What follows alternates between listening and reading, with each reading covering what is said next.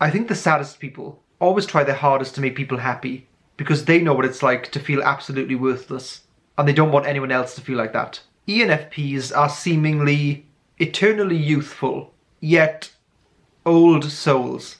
They never seem to quite make sense. I think that ENFPs are the best at a very specific skill. The best way I can describe it is that they blend tragedy and comedy expertly, using humour to illustrate something dark or unpleasant, and finding the unexpected joke that cuts through a painful moment. They are somehow capable of inspiring and helping other people find their way, even if they themselves might feel lost. I think that out of all of the 16 types, the phrase walking paradox applies to ENFPs most of all. I think in some ways, the genius of the ENFP is to give people permission to be themselves. Firstly, because ENFPs are so individualistic themselves that it kind of rubs off on the people around them. And secondly, simply because they're very accepting of people. ENFPs will sit down and talk with the people who are considered to be unpopular or weirdos at school, or will be the one to attract the curious characters on a night out. I've witnessed those things happen many times. And it's not simply for the show of it or the pretense of it. It comes from a genuinely inclusive place. That is where I think ENFPs are at their best, when they can act as a bridge between people or groups that would otherwise never interact. Because their personalities are often so eclectic, they can always find a part of themselves that relates to or resonates with a person.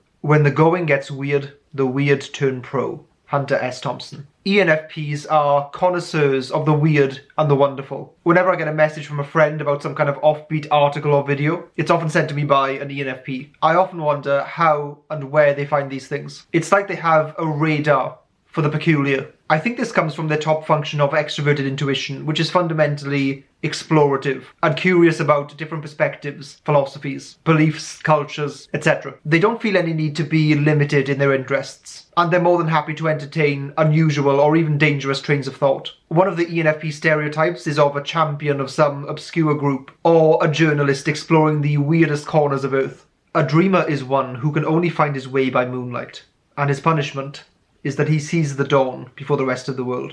One thing I've noticed with some famous examples of ENFPs is that they're relentlessly energetic, upbeat, and humorous, but clearly possess a darker side as well that comes out from time to time. It's like one side can't exist without the other. I'm not entirely sure where this comes from, or whether it's even something that most ENFPs relate to. Please let me know in the comments if you do. But it could have something to do with them being very idealistic and reconciling that idealism with reality, which is often, as we know, very harsh. For people who are extremely open to and receptive to potential and possibilities, the world can fluctuate from seeming like an infinite playground on one day to feeling extremely restrictive and disappointing the next. So I can understand the fluctuation from that perspective. When you're constantly aware of what could be, what is, even if it's a good thing, can seem limited and therefore something of a letdown. ENFPs are versatile entertainers and explorers, often championing the unusual and unexpected. At their best, they interact with people with an astonishing lack of prejudice, which in turn inspires a great many people.